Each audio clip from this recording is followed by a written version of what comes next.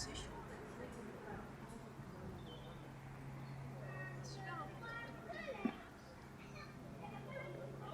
C'est vrai. La contemplation, c'est assez une perte de conscience. C'est assez essentiel. C'est impossible de vivre sans contempler.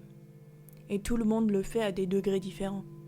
Contempler est un moyen de se rappeler que le monde est beau et que la vie sert à quelque chose. On a besoin de voir la beauté du monde pour vouloir rester dedans.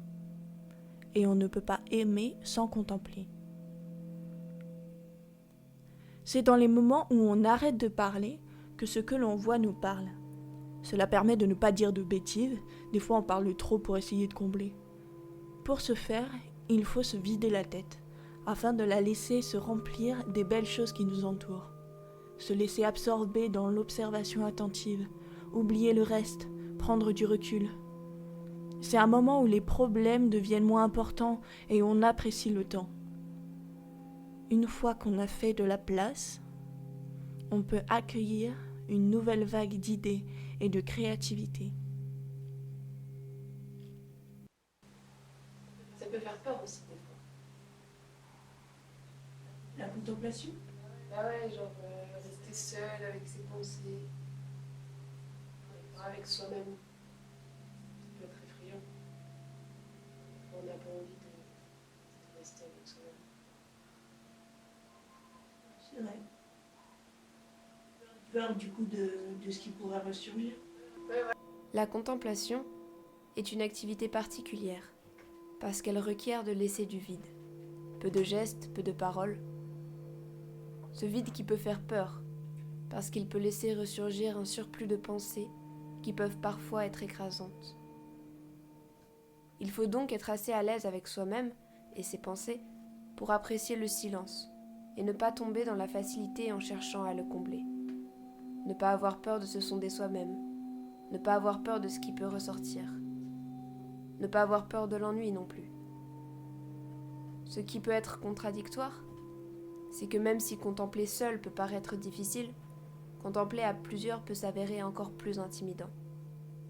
Ne rien faire et ne rien dire en compagnie de quelqu'un nécessite une certaine proximité, sinon le silence est vite associé à la gêne. Contempler seul veut dire qu'on arrive à être à l'aise avec soi-même. Contempler avec d'autres veut dire qu'on l'est avec eux.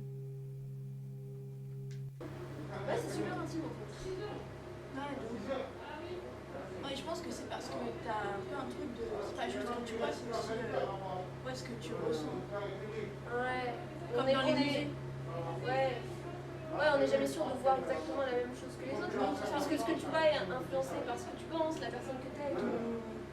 Oui, c'est ça, c'est comme dans les musées. Genre, t'as une œuvre et elle te touche de manière différente. Bah oui, Souvent, on voit jamais exactement, on peut jamais être sûr de voir la même chose que les autres en fait. on a chacun notre poésie personnelle. Ouais.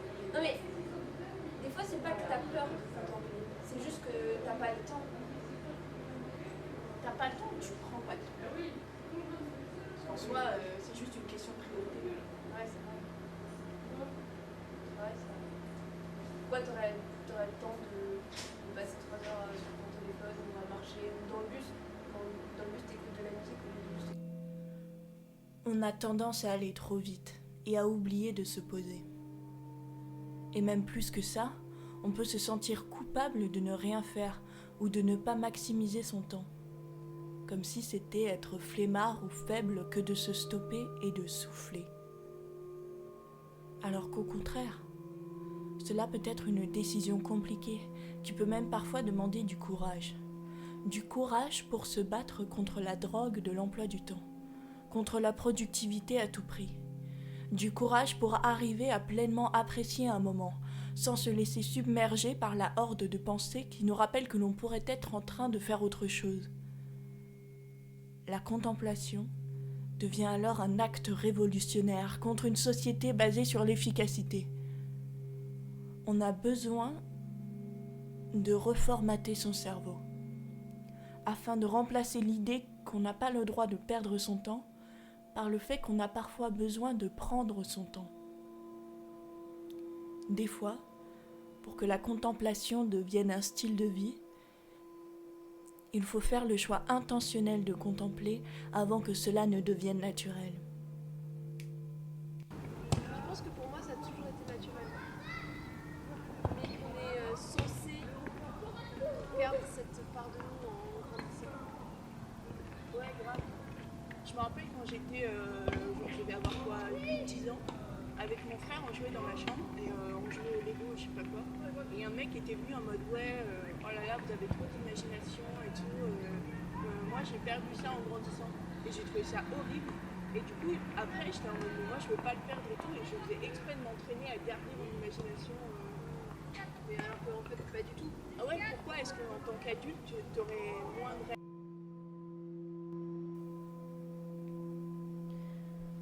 Le terme rêvasser est souvent utilisé dans le sens péjoratif. On dit parfois que les gens qui contemplent ont la tête dans les nuages, qu'ils sont ailleurs. Pourtant, ils sont peut-être plus présents ou plus conscients de ce qui les entoure.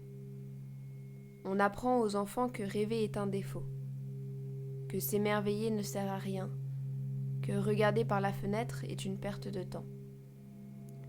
On m'a souvent qualifiée d'enfant parce que je prenais le temps d'admirer les choses. On m'a reproché de ne pas être assez adulte, comme si être adulte voulait dire ne plus s'émerveiller. Et c'est cette mentalité qui nous pousse à être de plus en plus matures et de moins en moins sensibles.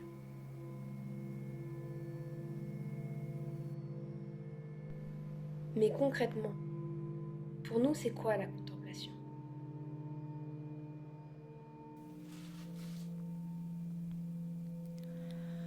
Ma contemplation, elle est assez liée avec ma relation avec Dieu. Pour moi, contempler la création, c'est contempler le Créateur. Et je vois les fleurs et les vagues et les planètes comme des lettres d'amour laissées de la part de Dieu. Il a fait tout ça pour nous sans autre but que de remplir nos yeux de merveilles, et ça fait naître en moi un sentiment de gratitude. C'est comme si tout ça, c'était juste une énorme chasse au trésor géante dans l'univers tout entier, mais on n'a pas encore tout trouvé et on n'a pas encore tout compris parce que personne ne peut contenir la grandeur de Dieu. La science est donc la somme des connaissances qui ont pour l'instant été trouvées par les chercheurs, aka les chercheurs de trésors. Je pense que c'est pour ça que j'aime l'espace et les mathématiques. C'est parce que pour moi, c'est une nouvelle manière de contempler le monde.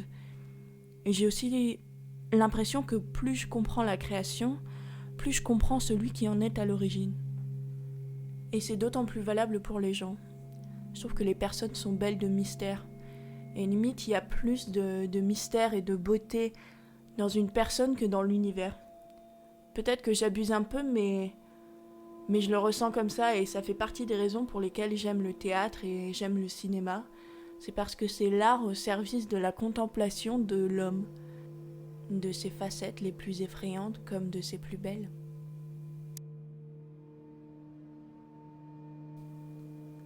Je vois toujours la beauté dans les choses anodines.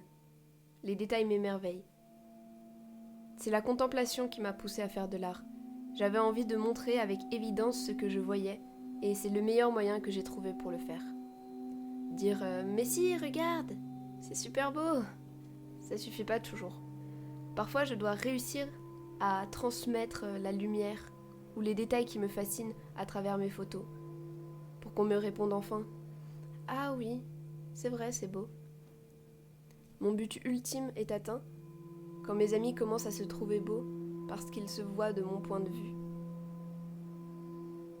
C'est ça l'importance de l'art pour moi. Réussir à faire en sorte que les autres puissent voir un peu à travers nos yeux. Et moi, avec mes yeux, je contemple.